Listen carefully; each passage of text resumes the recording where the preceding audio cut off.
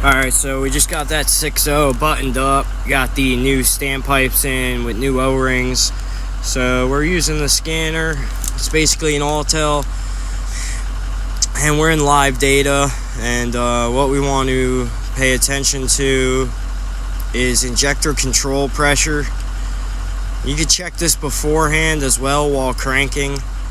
And basically, you know, you're going to want to watch those values on the right side, and you'll be able to tell if it's not making enough pressure, because the fuel is controlled by oil pressure on these.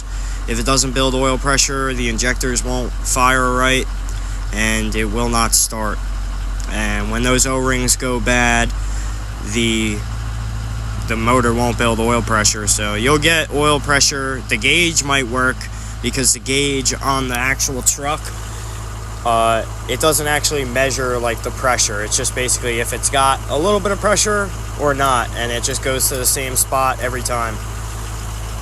It's basically just like a yes or a no. It's not really like a pressure. So when you got a scan tool that's bi-directional and you can view live data, it really helps out. But you know, our values are good. We're sitting right where we should be at idle. Rev it up a little bit.